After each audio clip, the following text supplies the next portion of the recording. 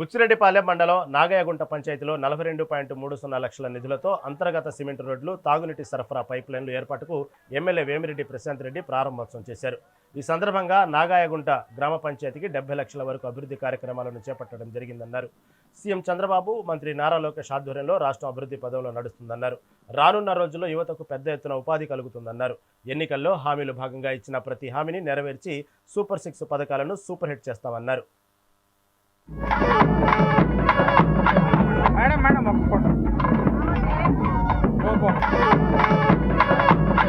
madam madam ఒక photo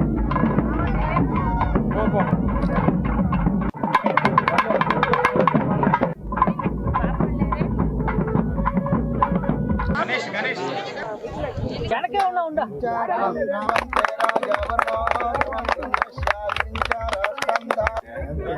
అన్నిటికన్నా పెద్ద బ్రాండింగ్ కంపెనీ టాటా వాళ్ళది ఒక సుమారు 1000 మందికి